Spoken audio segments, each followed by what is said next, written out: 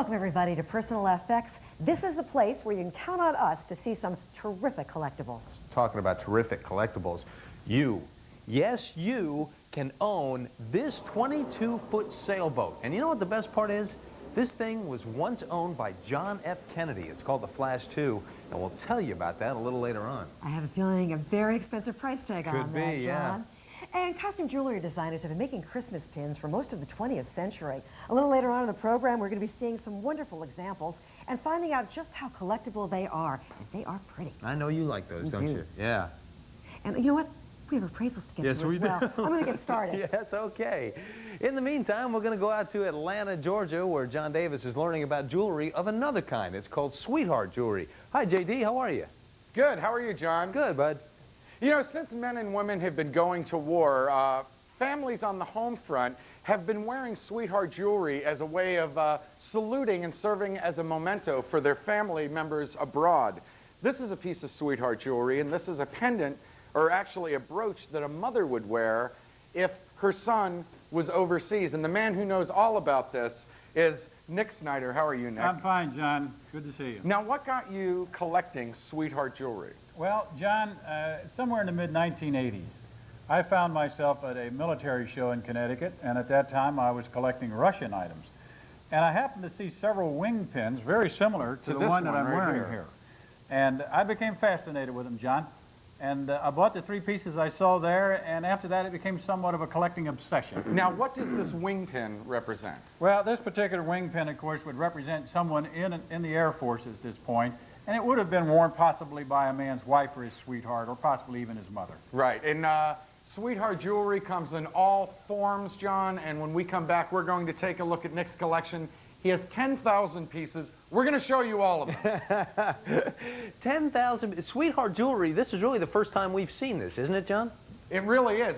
You know, when I saw it, I said, oh, I've seen pieces like that before, but we've never seen a sweetheart jewelry collection. Oh, great. Well, Nick, J.D., we appreciate it, and we'll see you two in a little bit. All right. All right. You know, Claire, it's interesting. We hear numbers like 3,000, 2,000, 10,000 daily, but think about that. 10,000 pieces of sweetheart jewelry. It's amazing. How long does it take to count 10,000 pieces to make sure you have a collection of 10,000? I only have to count 2 appraisers, okay? John Bruno, number 1. Susie Anderson, number 2, in no particular order. Good to have you with us. Ready for the holidays? Just about. Good. Good to have you here. And John is joining us as our first guest to have appraisal. Hi, John. Hi. What grade are you in? 9th. What's your favorite subject? Gym. Gym? That's always a good subject. There's no classes on collectibles at your school, are there? No. Well, this is our learning time. Tell us about what you brought. Looks interesting. They're shoe molds they were passed down from families of mine. In your family? Yeah. Oh, so it's just been on display in your family for years? Yeah. Do you know anything about it? Not really. You are about to find out. Well, that's exactly what they are. They're shoe forms, women's shoes.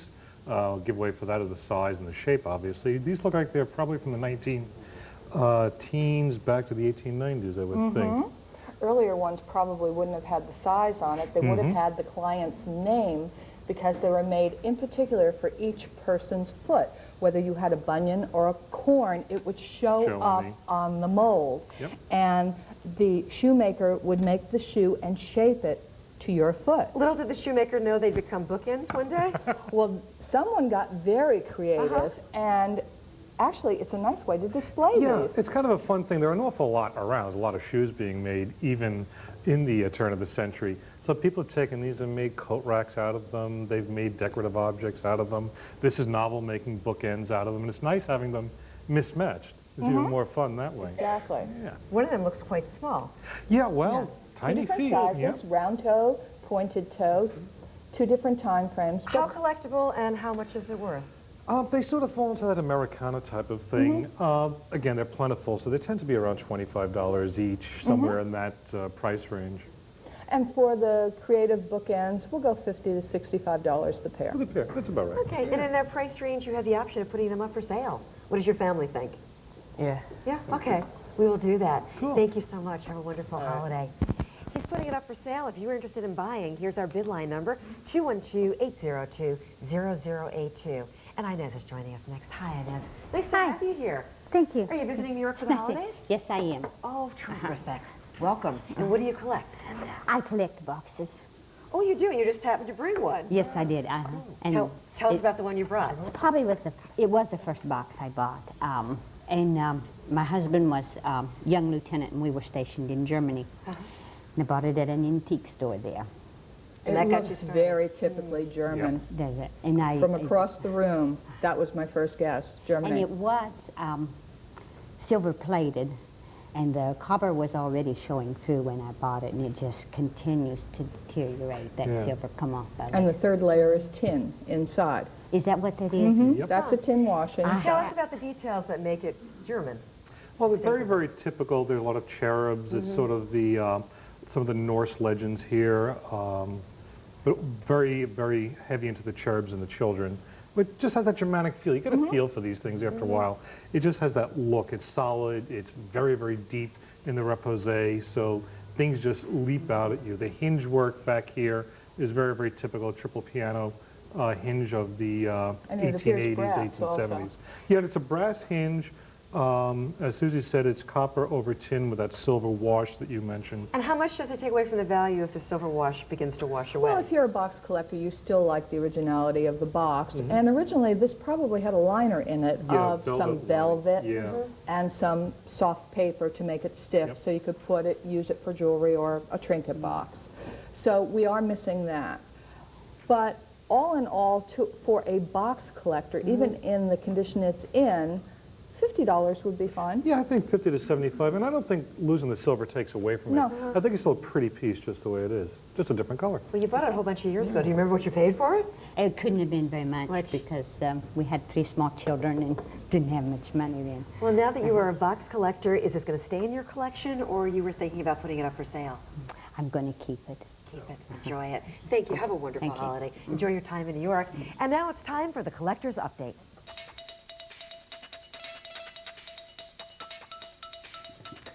You know, one thing we've learned around here that collecting presidential memorabilia has really gained in popularity since the big Jackie O auction in 1996.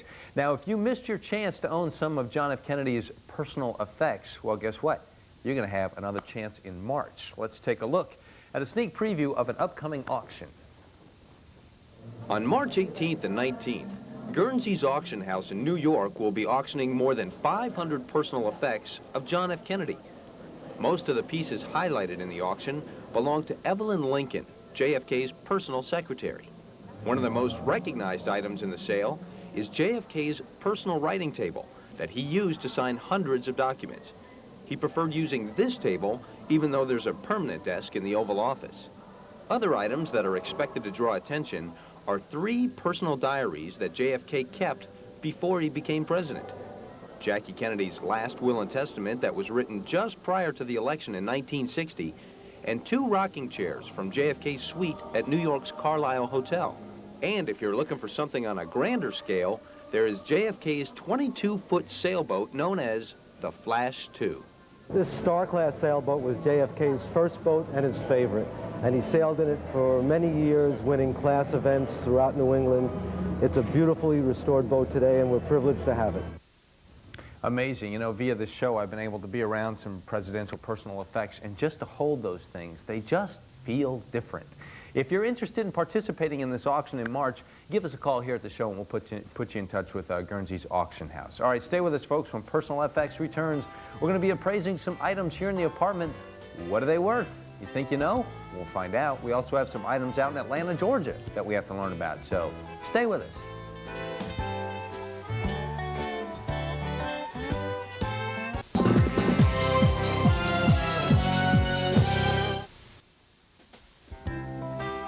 This is a shot of Centennial Park in downtown Atlanta, Georgia.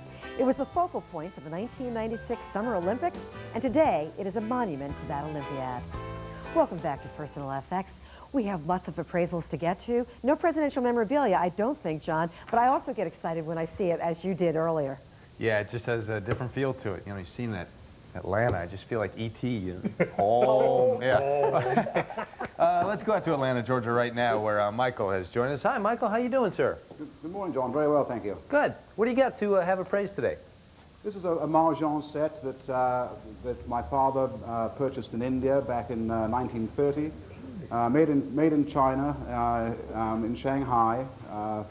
It's ivory pieces. It comes with lacquered trays for each of the 4 players, contained in a hand-embroidered bag from China. The whole thing is from China with the original box and the original the rule book. All right. What do you two think of that? That's way cool. That is wonderful. That is the classic 1950s game. Everybody played this in the 50s. Really started peaking in the 30s, but by the 50s it was the fun thing to do. Absolutely a lot of fun. I've seen these before, you know, but I have no idea how to play this. Neither do I. Yeah. It's good it comes with the instruction booklet then. Yeah, and even with that, it doesn't help. It takes a lot of training. I remember coming home from school, my mother playing Mahjong with all the neighborhood women in somebody's house around the neighborhood. That was their thing. What's interesting is they're taking the Mahjong sets, whether they be the plastic or the ivory, and they're making jewelry out of them now. And they're using them as a decorative item, more so than playing with them. But this is so complete with everything. This would be a shame to break this up for jewelry. It would. And especially if it's ivory. So we're going to take the client's word on this, that it is ivory from the 1930s, and appraise it out that way. I am going to put the disclaimer that because it isn't 100 years old, and if it is ivory, we cannot put it up for interstate law. I see. You know, interstate trade. Okay. All right. That's against the law. Yeah. So we can appraise it for value only. This one is beautifully done, beautifully executed. I happen to love everything about this one. And I'm going to go to 400 on this one. Well, looking at this with the carrying case and with the silk piece there, yeah, $400 to $500. I wouldn't have a hesitation on that. That's a very, very nice set. So if I ask Michael if he wants to take bids on it, am I breaking the law then? Yes, you are. I am? Yes, you cannot do it. Oh, I cannot do it? Yeah, You cannot do it. I see, because of the ivory. The ivory is not 100 years old. It's against the law to open it for interstate trade. It must be an antique, and we must prove it is 100 years old in order to put it for sale between all the states. Okay. Well, let me do this then, Michael. With that said, let's assume that maybe there might be a mistake, that may not be the case. If that weren't the case, would you want to take bids on it? If it weren't the case, I'd take bids on it, yes. Okay. Michael, thank you very much for bringing that by. We appreciate it. Thank you, John. All righty. And Shayna now has joined us. Hi, Shayna. How are you? I'm good. Nice to see you. What'd you bring? This box that has old Gillette razors on it for women. Okay. Where'd you get this? My aunt got it at a garage sale. Okay. And you got a letter, too? Oh, yeah, from Gillette. Okay. Oh. Because what appears to be a lady's compact is a lady's shaver. It's a razor. Never used at all. Screaming 1950s with this kind of fabric on the compact. And it is unusual to find one like this. Yep. And here the collector went ahead and contacted the company to get some more information on it. And do we learn anything from the letter? Well, the letter states, it gives the indication it was first made in 1921. They first came out with these little travel sets and made them continuously through the wars and into the 1950s. So from about 1921 into the 50s? Into the 50s. And Susie's absolutely right, with that embroidered floral motif and just the anodizing on the case. This is screaming 1952, 53, 54. Yeah, this is fun. Now, what's funny is very few people are shaving with this kind of safety razor anymore, so they're almost becoming desirable just as an interesting collectible because they are so unique. Everybody's using the fancy schmancy stuff, but they don't shave you a whole hell of a lot better. This is really pretty good. Does the letter matter to us in terms of value? It matters to the point that at least it validates that we know it's Gillette and they indicate it is one of their units. I like it when kids take the initiative to write the company to get the information. Absolutely. It's a learning experience. It's kind of fun. Value-wise, it's not real expensive, but it sure is interesting. Can sell, depending on the area, anywhere from $15 to $40, depending on who's collecting. Yeah, I think 25 is a good number. That's about right in the middle. Yeah, 25 What do you to think? 40. You want to take bids? Yeah. Yeah, let's see what happens. Thank you for bringing that by. I appreciate that. And that number to call in case you want to place a bid on that or anything else up for sale on today's show is 212-802-0082. Everybody turn this way. We're going out to Atlanta where Durwood has joined us. Hi, Durwood. How you doing? Doing fine. How about y'all? Good, thanks. What do you got there? I have this eyeglass kit I found in an estate sale a few years back. Now, do you know anything else about it? Don't know too much about it. Found it in a catalog in 1904 catalog. It said it's over for $100. Wow. And I saw one at Smithsonian too. Look at that. That's really interesting. It seems to be a traveling optician set virtually unchanged from what you see today if you go to a modern system where they drop in lenses for you to look through and get the right prescription for your eyes. That's exactly what this is, except it's manual. Look at Yeah, that. this is very cool. So this would be for a traveling salesman, obviously. Just a traveling eye doctor. Eye doctor. There's an optician or optometrist. I always get the two confused. It depends on their degree. Degree, yeah. Oh, okay. But a traveling eye doctor, exactly. Go from town to town and check eyes. Oh, more for a doctor than it would be for a Probably salesman. from the turn of the century to 1910, Yep. somewhere in there. And really, its best market is to historical buildings, say a doctor's or an eye doctor's. Like in our town, in Homedale, New Jersey, we have restored one of the original doctor's house in the town, and they look for all the original paraphernalia from that period of time, or from a current eye doctor for memorabilia in their office. That's the best market for it. So obviously all those lenses are different strengths. They're different prescriptions, exactly. And they would drop them in and get your eye prescription just like you do today. Very, very little difference. Falls into that whole scientific instrument, or you're right, an eye doctor would want to collect it himself. Really cool. Value? I think this is worth somewhere, again, around $400 or $500, maybe even more to a real inveterate collector who wants it for their collection. That's wonderful. I agree with just about everything but the value. I think it's got a little bit more limitation on it, and I'm going to put $200 on it. Okay. Darwood, do you want to take bids on that, or you want to hold on to it? I'll take bids. All right, let's see what happens. Thank you for bringing that by. Appreciate that. Thank you. That was neat. I It was like really that. neat. Jackie has joined us. Hi, Jackie. Hi. How's life? Pretty good. Good. What'd you bring? What do you got? It was a jewelry set that my mother got as a gift about 20 years ago. Okay. All right. Well, the first thing we do is we flip them over, and we look to see if we can find a designer's name in them. Yeah. And these are unmarked. The next thing I do is to look to see how the stones or the crystals are set. More expensive ones, they actually leave breathers back here so that the light will refract through and give you more of a shine. And they set it just like actual jewelry. Back so these here? are closed. These are all closed. closed. Okay. The light cannot go through. Okay. However, these have a lot of sparkle with them. Very, very colorful. Yeah, it's the cut on them gives it that diamond-y look to Right. it. Of course, they're not. They're all crystal. And this is sort of Trafari-ish, but most Trafari is marked. So I have to err on the side saying I really won't want to put a name on it. But the fact that it has such beautiful luster, it is so well kept, they haven't clouded, and holiday colors on top of it. Right. It's a pretty neat set. I just want to review on this piece here. You're saying that it's closed on the back. The more expensive ones are open. They're open so the light can go through. They're called breather holes or light holes, and just like there would be an open setting for a true diamond, always open at the back, light does pass through and gives a different reaction than what you're seeing here, where it's reflecting, refraction reflecting. It just looks totally different. Value? I think it's a pretty nice set, and probably worth around $95 to $125.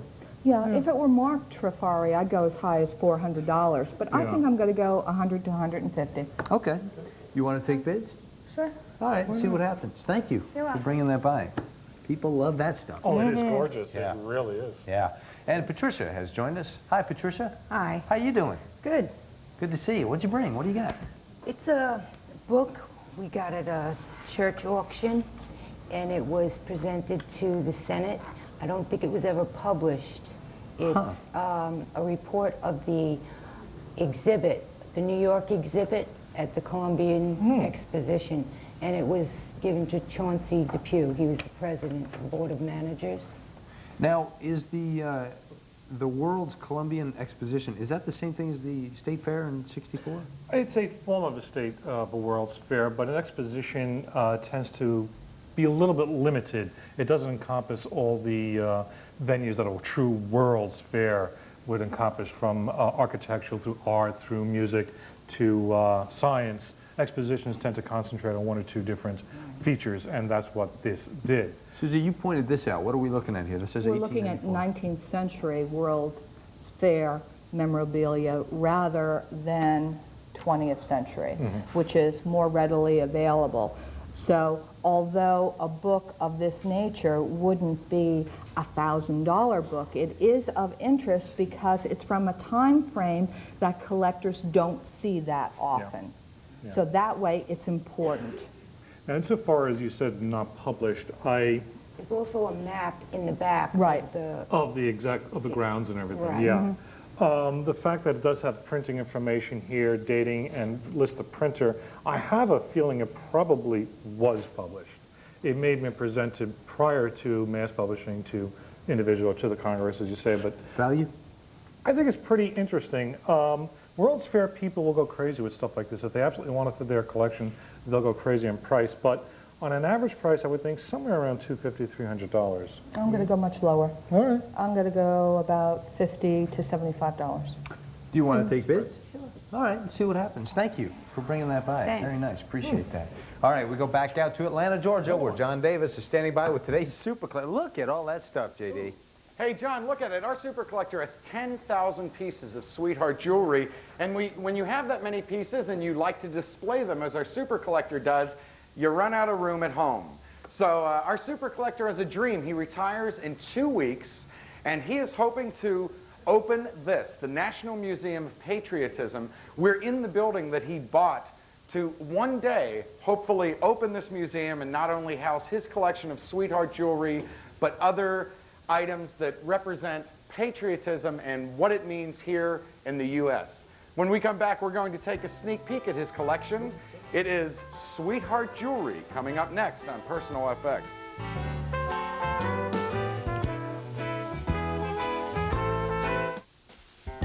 Trend chart. That is today's collector's speak word of the day. Now, this refers to items designed in the trenches from found materials. Soldiers made their own sweetheart jewelry in this fashion. Some of the more common forms were bracelets or vases made from shell casings and necklaces made from scraps of downed aircraft. So it's, I love you very much. Here's a B-52 to wear. Welcome back to Personal FX. We have seen on the show some wonderful examples of trench art. Yeah, we sure have. Really interesting. But I find it so fascinating when a collector has a dream and it is to open a museum. That's right. That's very special. And educate folks, too, like on Sweetheart Jewelry. Let's go out to Atlanta, Georgia right now. J.D., Nick, take it away. Hey, John and Claire, we're back here with Nick Snyder, and most of your pieces represent World War I and World War II, correct? That's correct, John, they do. And this is a piece of trench art, John and Claire. This is from World War I, and what is this? That particular piece is a German sweetheart piece, and it's cut out of a shell and then created into a bracelet. That's great. That is great. And sweetheart jewelry comes in all different shapes and sizes. Now tell us mainly about these bracelets. Well, these particular bracelets you see in here, John, they're made of phosphorus metal, and many of them are homemade and made in trenches themselves. This particular piece right here, John, this one is from the China-Burma-India campaign, and it's a handmade sterling silver piece, and it's hand-painted. And a lot of times they would put on there where they were stationed or where they fought battles, correct? They would put that, and they'd also put the date on it. Wow, now look down here. This is another piece. Tell us about that one. That particular piece is coins that have been made into a bracelet. It says New Guinea 1944. Through 45. Wow. Now, is it hard to find these?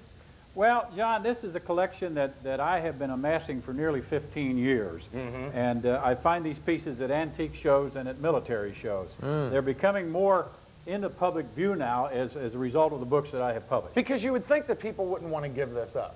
That people would want to keep a piece like very this sentimental. and hand it down from generation to generation. Well, you know, there's a lot of truth in that, John, because of the sentimental value of these types of pieces, and yet at the same time that age group is passing on.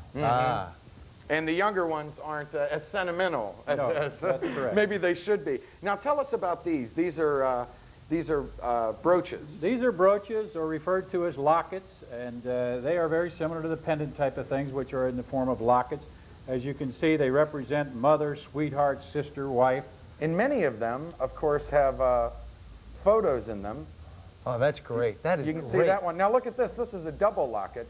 Now this is the soldier, and then is this the soldier's child? Yes, that's correct. That's a very unusual locket to see a double like that. Sweet. Wow. Wow. And you have so many different ones. Here's another one with a photo inside. And usually a mother or a sweetheart would wear something like That's this, correct. right? A grandmother, any member of the family that's the woman in the family, and these are the type of things that were the demonstration of patriotism as well as love for your loved one at that point. Now tell us about these and how these differ from the ones down there. pendants themselves, John, you really found that these were the ones you wore around your neck. Some of them are actually lockets, as that particular one you have in your hand there. They are at this point also handmade. Here's an example of one that's made into a bullet, John. And these are types of things that may not necessarily represent love, but they were some emblem sent back to say, hey, I had this in my hands. Wow. Let's go down here, because another type of sweetheart jewelry that was very popular were these victory pins. And tell us about, again, this could have been a trench art piece, correct? Yes, that would have been, John, because that's actually a bullet that has been cut in half and a wing put on it, and it's an Air Force piece, but some soldier would have made that and sent it home for his sweetheart. And a lot of these obviously are commercial pieces, but again, you also get some handmade ones that were probably made stateside, right? Yes, they probably were. The wooden ones that you see, some of them are hand-painted, but they would have been hand-carved and created and given to a loved one.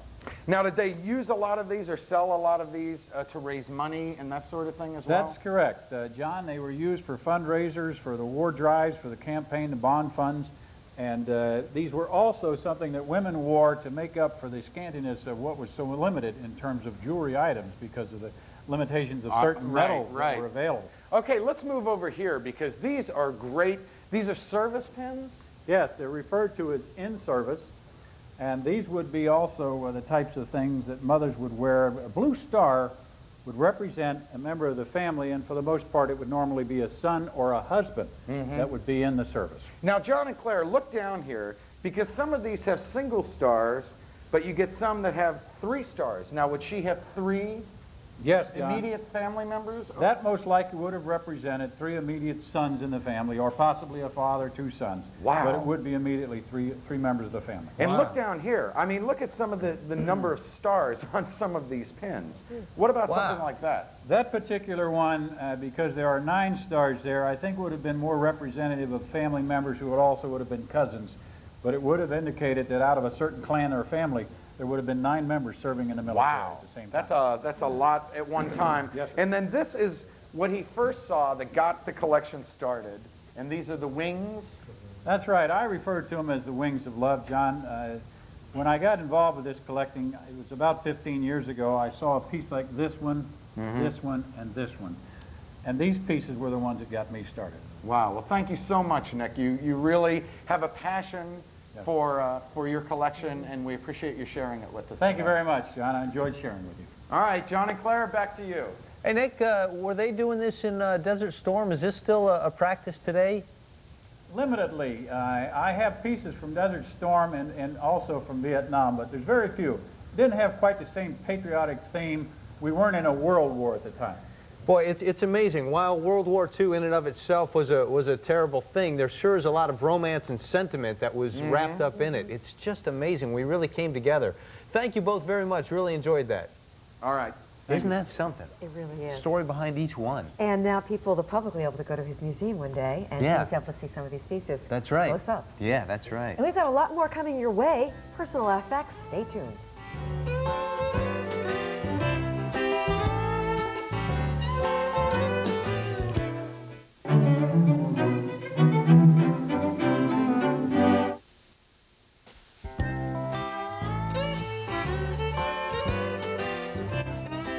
Welcome back to Personal FX. In case you're looking for a Christmas gift, today would be a good day to bid on an item. And let's go for the recap right now, starting off with the shoe form bookends. Kind of unusual, 1890 to 1910. Women's shoes made into bookends, but there are lots on the market, $50 to $65 for the pair. And then we have a razor compact, Gillette, from 1952 to 1954, and it is a rare find, never used, $15 to $40. There's an eyeglass kit, a traveling optician set from the turn of the century from about 1910, worth $200 to $500. Pretty costume jewelry set, cut crystal, beautiful luster, well kept, and worth about $95 to $150. And then there's the World's Fair book. This is from the 19th century. They're harder to find, worth $50 to $300. So see something you like, here's what you do. You call us at 212-802-0082. And John, what's coming up next for an appraisal? It's just too bad we can't play that music throughout the whole song. Isn't everybody just bobbing? All right, let's go out to Atlanta, Georgia, where Betty has joined us for an appraisal. Hi, Betty, how are you? Just fine. Good. What did you bring to have appraised today? I have a sewing bird. It attaches to a machine, the sewing machine or a sewing table, and you push its tail down and its mouth opens, and it holds something, but I don't know what. I found this at a garage sale, and I got it for $2, and I'd like an appraisal on it. Well, all right. Let's see what they have to say. This is kind of fun. Yeah, these things were popular in the 50s and 60s. A lot of people were collecting them, mostly women because they were doing most of the sewing then. But they sort of fell out of favor, and now they're coming in popular again. It's nice to see. They're sewing birds, they're sewing mice, they're all kinds of little critters. Not just that, they have pin cushions, they hold fasteners, zippers, they hold the stuff that you need to sew. Whether it be occasional sewing or serious sewing. It's just a place to keep everything in one place. The original sewing board was usually out of sterling silver or silver plate in the Victorian period of time, and it was much more ornate and a lot more work. This comes into the 20th century somewhat because of its configuration and the fact that it's brass, not silver or silver plate.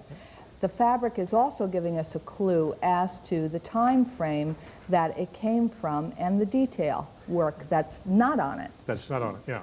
So the two questions here, the beak then would hold fabric and whatnot? Well, the beak, you can use it to clamp something while you were sewing two pieces together, or you could put fasteners, just a stuffed collectible, or to hold two pieces of cloth together while you did a basting stitch, for instance. Value?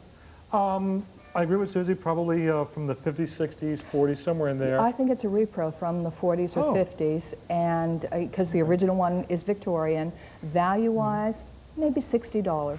Yeah, $60, $75. That's Okay. all right. It's Well, kind of Betty, cool. I hope we answered some questions for you. Do you want to take bids on that? Do you want to hold on to it? I'll think about it.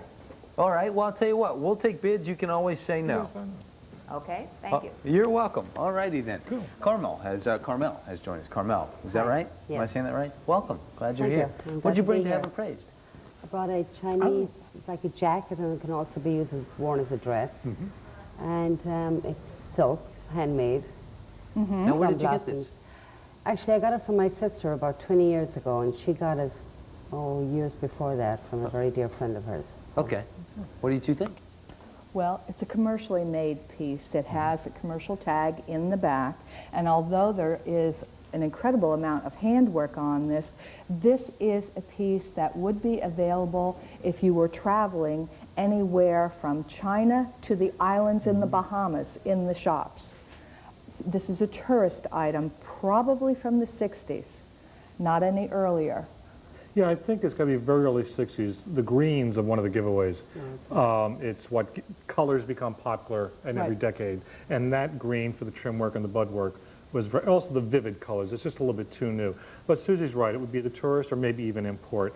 A lot of popularity. The Mandarin collar, probably worth something in the order of $125, $150. Yeah. If you were in one of those good tourist shopping binges, you could probably replace it for about $75 to $95. If you were really, really looking. Really, sure. In all the nooks and crannies of the city. Okay. Carmel, do you want to take some bids on that? Sure, I'll entertain some offers. All right, we'll entertain them for I was you. just dying to say that. All right. We'll see what happens. Thank you, Okay. Carmel, for bringing that by. And Bill has joined us here. Hi, Bill. How you doing? Good. How you doing? Good. What'd you bring? Trafari jewelry set. All right. Now, what do you know about this? I picked it up at a church auction a few months ago and got it for a really good price, and probably from around the 50s, I guess. Go ahead. I'm sorry. Yeah, 50s, 60s, from the configuration of the style of the length around the neck, usually will tell you, and then the good old clip-on earrings. Clip-on earrings. This does look like 60s. It has that feel to early 60s. Again, the Aurora Borealis crystal, based on a real stone, was very, very popular then. And Trafari was doing some beautiful work with it at that time. This one is marked Trafari. We can see it with the loop on the back of all the clasps. It is missing a stone I see right here, and some of them are a bit clouded. But overall, it's a pretty interesting set. Doesn't have quite the pizzazz that some of the earlier sets, but still a very, very nice, nice unit. Well, the value? Well, it's nice to have the bracelet, the necklace, and the clip-on earrings. This is probably worth around $175 to $225. Right. Yeah. You guys are amazing, because over there you were picking the colors. Here you're picking on the length of a necklace, just to give you the time frame. All those clues. It's all clues, yeah. Well, do you want to take bids on that? You want to hold on to it? Sure, I'll take bids. Let's see what happens. Thank you, Bill, for bringing that by. I appreciate that. Back out to Atlanta, Georgia we go, where Dick is joining us to have something appraised. Hi, Dick. How you doing? Hi there. Fine, thanks. Good. What would you like to have appraised today? I have two vases here. They're French porcelain, and they're from the 18th century. They've been in the family, our own family, for about 50 years, and I've done some research on them recently, and I found that they were made in a village called Sevres, S-E-V-R-E-S, and these are crossed L's for Louis XV. And this little V in the center represents the year they were manufactured, 1773. And I've always had a warm feeling for them. They've always been in a china closet in the house. Well, Dick, I hope they're worth $1 million. Let's see what the appraisers say. All right. Zev's mark is one of the most highly forged mark in the ceramic world today. The most That is not Zev's. Well, now, how do you know that? I mean, I understand that it's That's not Zev's mark. It's not their mark. What does their mark look like as compared to that? It doesn't have the little flippies up at the top. Yeah. That's the wrong configuration. Zev's is two interlaced L's. Two interlaced L's. They're not separate. Huh. And if it had the letter V and it were porcelain, it would have a crown on top of it. Always. Okay. All right. So it's wrong. Yeah. I see. Those are Victorian. Look again. We go to the colors, the shape, and the form. Doesn't that remind you of Nippon? Sure. Victorian Nippon. Uh-huh. That's what it looks like. Okay. Now, it might be French, it might be German, but it is not Sevres. Huh. Okay. We are warned about Sevres from the very beginning, and Susan's absolutely right. The Victorian era was one of the most prolific for duplicating better and earlier eras, and that's what this is. With that said, they're still pretty nice vases, sure, even from the Victorian era. Not worth $1 million, but worth... Not worth $1 million, but I think the pair is worth about $250 to $350, somewhere in that 400 tops. Yeah. Okay. But they're nice pieces that way. Very nice. Dick, do you want to take some bids on those? Do you want to hold on to them? I think I enjoy them too much to want to put them up for auction. Thank you. That's what's important. Thank you very much for bringing them by. We appreciate it. Okay. Thank you. All right. Always learning from you guys. Always learning. Well, stay with us, folks, because somebody you know is probably going to be wearing one this Christmas.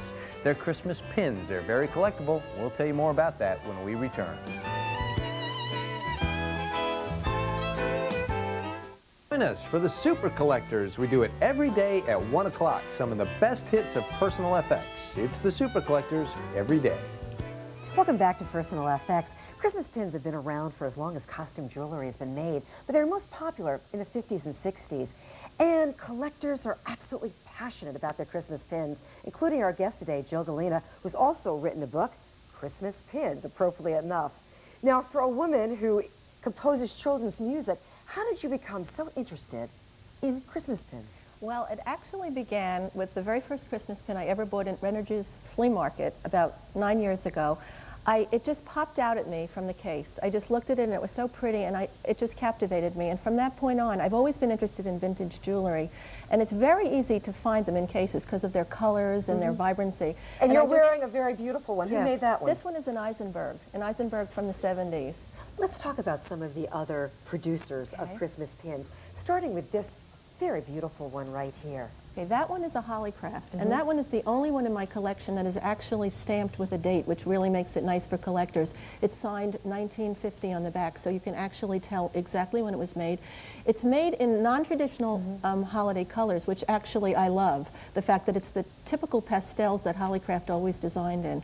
And it's just one of my favorite in the collection. People actually debate whether it's really a tree, a Christmas tree, because of the colors, but I do believe it is. And I think it's beautiful. It would even go very well with my jacket today as well. Would. How much does it cost today? Well, okay, that one is quite expensive. That one is probably priced somewhere in the low 200s, I would say. Very lovely, though. And this one? Okay, that one is a Trafari pin. And when I was doing the book, I was very fortunate to speak with Heinz Martins, who was one of their designers, and he was able to date pins for me.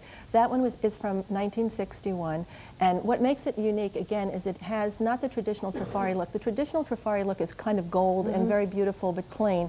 This has the Swarovski crystals, but they're jelly-like crystals, and they were designed specifically for Trafari, for this particular pin. How much is that pin? That pin also is quite costly. I'd say somewhere around $175 to $200. Now, I'm noting designers love Christmas trees. What about collectors? Oh, absolutely. Christmas trees are probably the most collected of all the Christmas pins. There's many different kinds, but trees and Santas are probably the most popular of all the different And this types. one?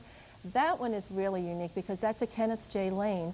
That particular one is the only one that Kenneth J. Lane ever designed, actually. I think there's one now that he's doing for Franklin Mint, but it was the only one he ever designed. It's from the 60s, and when I first found it and called his office to try to find out about it, his secretary didn't know that he had ever even designed a Christmas pin, so it was really interesting. She did some research and said, yes, he did, and I feel so lucky to have the only one he ever designed. Worth about how much? Also in the low 200 price range. Now, there aren't just Christmas trees. We have the wreath? Exactly. And that particular wreath is by Albert Weiss, who was also probably the most prolific of all the costume jewelry designers who designed Christmas pins. He designed in every conceivable mode, wreaths and boots and trees, absolutely some of the most beautiful trees. The ones in the center are all 3 trees that he designed in the same motif in 3 different sizes. Those are probably the most coveted of all the Christmas pins because they're so unique. And what about this one over here? Okay, that's a Hollycraft also. Very unusual for Hollycraft because most of theirs used stones. These are a collection of 3 Santa Clauses that have been molded together, say Noel on them. Now, I know that they're making new ones, but where do you find the old ones, like the angel, the shoe? Actually, your best bet is at antique shops, flea markets, and especially around the holiday times. Dealers always seem to put out their Christmas pins, but I have found them all over the country, in different times of the year. It seems something that people are always interested in. Thank you so much for being Okay, with us it was today a pleasure, and bringing your Claire. Christmas pins with Thank us. you very much. And now, tossing over to you, John. Well, speaking of Christmas pins, John Bruno, you have a special one, yes? Oh, yes, I do. It's a whole tree of nothing but flamingos.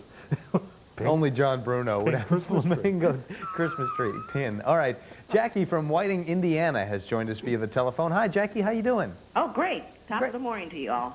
Same to you. What would you like to have appraised today? Well, I have a pocket knife that I bought at a garage sale about 10 years ago, and I was noticing that Coca-Cola items, were bringing a big price, so I just thought maybe someone could help me with this one. What? It says, drink Coca-Cola in bottles, and it's marked 5 cents, World's Fair, Chicago, 1933.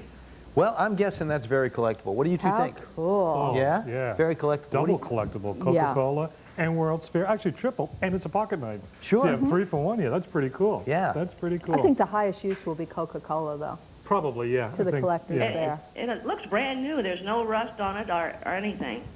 That's pretty interesting. Now, where did you get this? At a garage sale. Garage sale. What did you pay for it? 10 cents. Oh, my goodness. Well, you made a nice little investment, and it now retails for $125 to $200. Yeah, I've seen them go up as high as 2 1/4. Is that right? Yeah, they're pretty cool. They're pretty cool. And that's because of all the collectible value attached Everything in all terms one, of... yeah. All in one. All in one. And Sue's right. A Coke collector is going to go bonkers over that. Yeah. Especially anything from the 30s. And Boy, it's so that's clean, amazing. yeah. Jackie, do you want to take bids on that? Do you want to hold on to it? No, I'd like to take bids on it. We'll Please. do that for you. Thank you for being on the telephone. All We right, appreciate thank it. you very much. All right. Bye. Folks, stay with us. We got the big bids coming up next.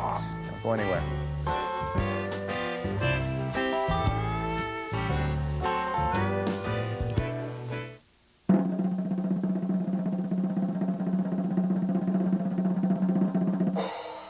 That's my favorite one. You know, they got the one that blows up like a balloon. It's not the same. Welcome back to Personal FX. Let's get started with these big bids, and we'll start out in Atlanta, Georgia, where Durwood brought the eyeglass kit. Durwood, Mike from Pullman, Washington, has called in with an offer of $451.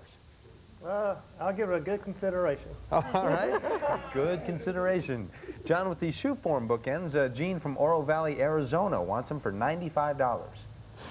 Yeah. Yeah. Shana with the Razor Compact. Kenneth from Overland Park, Kansas, wants it for $75. Sold. All right. Let's go back out to Atlanta. And we want to let you know, Betty, for your sewing bird, Denise from Zanesville, Ohio, is bidding $90. I'll consider it. All right. Considering. And Jackie for the costume jewelry, Ruth from Kealua, Hawaii, would like it for $230. Show me the money. Yes. Carmel for the silk jacket, Nettie for New City, New York, is offering you $110. No. No. All right, let's go back out to Atlanta, Georgia to thank Nick and JD. And JD, I know we're trading places tomorrow. Yes, we are, John. We're doing the old switcheroo. I'm going to be in New York, and you're coming down here, correct? Yeah, that's right. That's right. That'll be fun. And you're going to be taking a look at a great collection of firefighting memorabilia. But we want to thank Nick, and we want to wish him luck on his National Museum of Patriotism. Thank you, John. Thank you very much. Thank you so much. And that's good luck it from from us. Atlanta. All right, JD. Great. Thanks a lot. you. Thanks, Nick. And let's also thank our Ace appraisers, Susie Anderson and John Bruno. Great to have you with us. Pleasure having you all in the apartment. To all of you at home, make the most of your day. We'll look forward to seeing you back here tomorrow. So long, everybody. If you'd like to be a guest, or you have a story idea or a comment, give us a call at 1-800-FX-FX-FX1 or reach us by fax at 212-802-4201.